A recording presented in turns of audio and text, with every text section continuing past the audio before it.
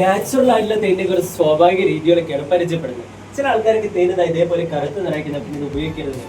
ശരിക്കും ഉപയോഗിക്കാതിരിക്കേണ്ട ഒരു ആവശ്യമില്ല. തേൻ കറുത്ത നിറത്തിലേക്ക് പോകുന്ന കാലപ്പഴക്കം കൊണ്ടാണ്. ഈ ഒരു സ്റ്റേജിലേക്ക് തേൻ എത്തുമ്പോൾ തേൻ്റെ ഗുണവും അതുപോലെ തന്നെ വീര്യമൊക്കെ കൂടുതലായിരിക്കും. അപ്പൊ ശരിക്കും പുതിയ തേനെക്കാട്ടും ബെസ്റ്റ് തേൻ പഴയ തേനാണ്. ഗുണവും വീര്യം കൂടുതൽ പഴയ തേനായിരിക്കും. അതേപോലെ തന്നെ ഗൾഫിലേക്ക് പോയ ആരെങ്കിലും ഉണ്ടോ? ഇതേപോലത്തെ ഒരു ഹണി കണ്ടിട്ടുണ്ടോ? കണ്ടിട്ടുണ്ടോ? കുറെ ആൾക്കാരൊന്നും കണ്ടില്ല, കുറച്ച് പേരെ കണ്ടിട്ടുണ്ട്. ഈ ഹണി കഴിച്ചിട്ടുണ്ടോ? ഇത് ഇന്ത്യയിൽ ഏറ്റവും കൂടുതൽ പുറം രാജ്യങ്ങളിലേക്ക് എക്സ്പോർട്ടിങ് പോകുന്ന ഹണിയാണ്. ഈ ഹണി കളക്ട് ചെയ്യുന്നത് ഹിമാചൽ പ്രദേശിൽ നിന്നാണ്. ഹിമാചൽ പ്രദേശില് മഞ്ഞ് പെയ്യുന്ന സമയത്ത് അവിടുത്തെ കടുക് തോട്ടങ്ങളിൽ നിന്നും കളക്ട് ചെയ്യുന്ന കടുകിന്റെ തേനാണിത്. ഈ കടുകിന്റെ തേൻ കഴിച്ചാൽ നമ്മുടെ ബോഡി ഹീറ്റ് ആവും. ബോഡി ഹീറ്റ് ആയാലും ബ്ലഡ് സർക്കുലേഷൻ കൂടും. ഈ ബ്ലഡ് സർക്കുലേഷൻ കുറവുള്ള ആളുകൾക്ക്, അതുപോലെ varicose vein, arthritis, joint pain ഇങ്ങനെയൊക്കെയുള്ള ആളുകളൊക്കെയാണ് ഈ ഒരു കടുകിന്റെ തേൻ യൂസ് ചെയ്യുന്നത്. ഇന്ത്യയിൽ കിട്ടുന്ന വൈറ്റ് ഹണിയുടെയാണ് ക്രീം ഹണി എന്ന ഈ ഹണി അറിയപ്പെടുന്നത്. അതേപോലെ തേന്റെ സ്വഭാവം പറഞ്ഞുതരാം. നിങ്ങളിപ്പോ ഇവിടുന്ന് ഒരു തേൻ വാങ്ങി, തേൻ വാങ്ങി നിങ്ങൾ എന്ന് പറയുന്നത് നാളെ രാവിലെ ആയപ്പോഴത്തേക്ക് തേൻ ഇതാ ഇതേപോലെ എന്ത് പറയും? കേടായി അറിയില്ല, എല്ലാവരും പറയില്ല. അങ്ങനെ പറയാത്ത ആരെങ്കിലും കേടായി, അങ്ങനെ പറയാത്ത ആരെങ്കിലും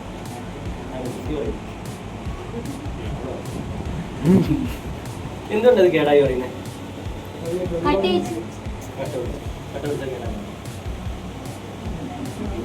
ഇത് ടെസ്റ്റിംഗ് കഴിഞ്ഞിരുന്ന ഹണിയാണ്. എല്ലാം ടെസ്റ്റിംഗ് കഴിഞ്ഞിട്ടാണ് ഇവിടെ നമ്മൾ ക്രോസിംഗ് പോലെ ചെയ്യുന്നത്.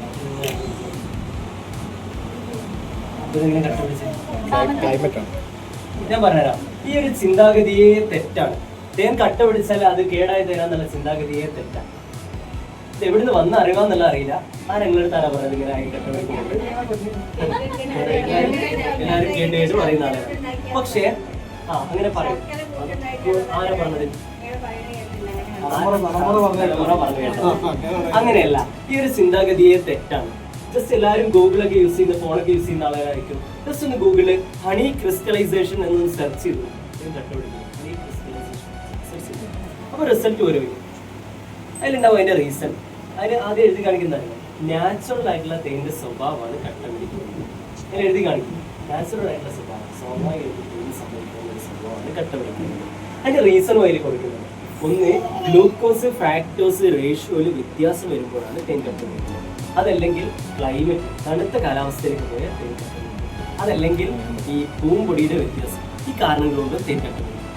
ഈ തേൻ കട്ട പിടിച്ചു കഴിഞ്ഞാൽ ഇത് ജസ്റ്റ് വെയിലത്ത് വെച്ചാൽ മതി, നോർമൽ സ്ഥിതിയിലേക്ക്. അല്ലെങ്കിൽ എന്തെങ്കിലും ചൂടാക്കുന്നതിലേക്ക് ഇറക്കി വെക്കാം.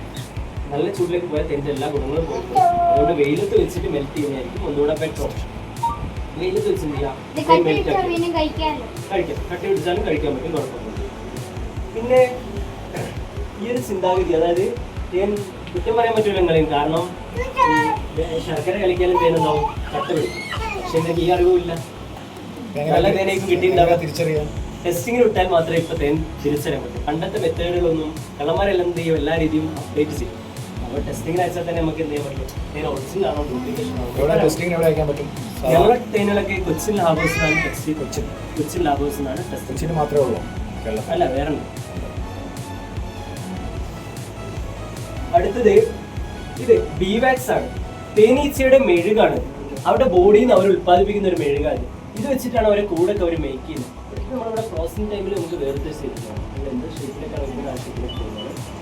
ഇത് വെച്ച് നമ്മളിവിടെ ഒരു പ്രൊഡക്റ്റ് ചെയ്യുന്നുണ്ട്, ബീവാക്സ് എന്ന് പറയുന്നത്. ലിപ്പ് പൊട്ടുന്നതിനെയും ലിപ് ബാമായിട്ട് ഡ്രൈ സ്കിന്നിനെയും കണ്ണിൻ്റെ താഴെ കറുപ്പ് കളയാനെയും മോയ്സ്ചറൈസിംഗ് ആയിട്ട് കാലൊക്കെ പൊട്ടുന്നതിനൊക്കെ യൂസ് ചെയ്യാൻ പറ്റുന്ന ഒരു പ്രൊഡക്റ്റ് തേനീച്ചയുടെ മെഴുക് വെച്ചിട്ട് നമ്മളിവിടെ ചെയ്യുന്നത്. പുറത്തന്നെ ഞാൻ കാണിച്ചിട്ടാണ്.